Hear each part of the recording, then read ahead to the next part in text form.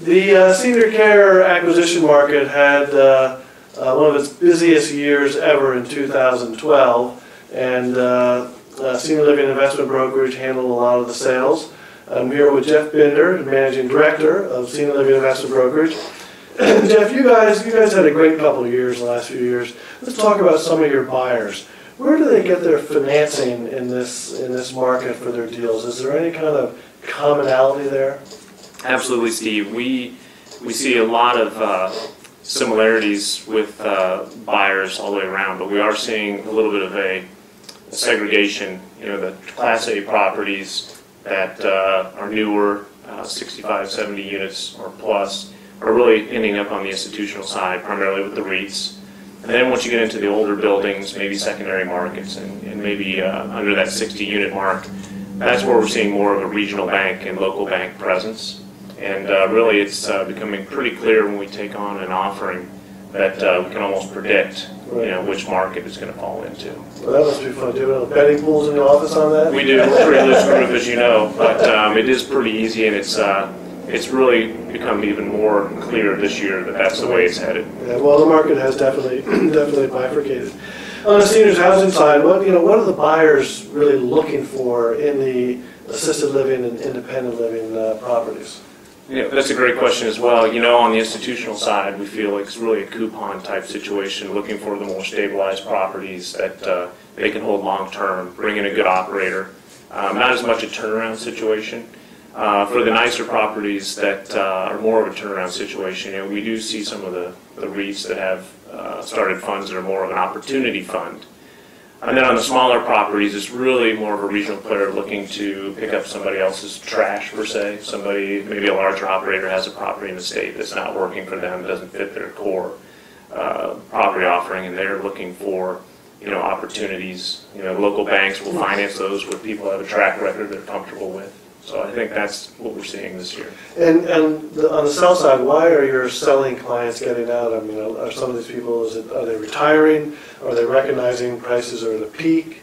What's the motivating factor here? I think it's more that people are realizing that this might be a once-in-a-lifetime market, a great opportunity to sell, a lot of competition from the buy side. I think almost in every offering we have this year, we're going to be able to generate a significant amount of offers. We just wrapped up bidding on a SNF portfolio in New England where we had 13 offers. And then on any type of performing assisted living property anymore, you can expect near 6 to 10 offers on those as well. Well, that's a good segue into the skilled nursing side. 13 offers is that's a weird thing in a market where there's so much uncertainty in skilled nursing for reimbursement. What's attracting these buyers to skilled nursing right now? I think there's still some great opportunities. I think that at least what we're seeing, and we try to pre-qualify before we go to groups, so those 13 offers really came from a pretty small pool of buyers that we pre-qualified. So what we're trying to find out are what are groups looking for, and what we're looking for, what they're looking for rather, is that it's really about diversification. They've picked up ancillary services and product lines, so they can buy these nursing homes, and it's not as much sometimes about the specific nursing home and what it's done. It's about what they can bring into that facility from an ancillary business line, whether it's pharmacy, therapy. Correct. And I'd say in most of our deals, that is one of the more underlying themes, one of the things that's made them more attractive to the offering. And how about on the sell side? What's the profile of your typical skilled nursing seller? Mom and pop, I think right now. It's become highly competitive for those residents. They've seen more competition from assisted living. More and more of the larger companies have started making these therapy suites, more of a rehab center. It's just become more and more difficult to compete, but also it's become much more complicated from the documentation, the clinical side, regulations, financing. Everything's become more complicated, and they believe it's the time to get out for those reasons as much as it's the right time, given where interest rates are and the power of the buyer. If I'm an owner, and if I'm thinking of selling, what's the best advice you can give that owner before he actually sells?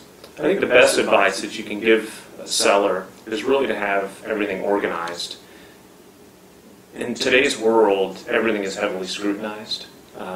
You need to have financial statements that tie to all your other documents. The occupancy reports can't say one thing, or the rent rolls, and not tie back to the financial statements.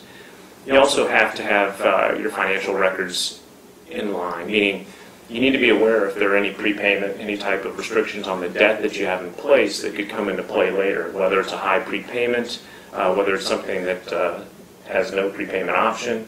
And then from a staffing and kind of how you run the business, you shouldn't have any significant changes. You need to keep things kind of status quo, and if you do change something, it needs to be documented so that we can tie that back to the financial statements. Yeah, well, that makes sense.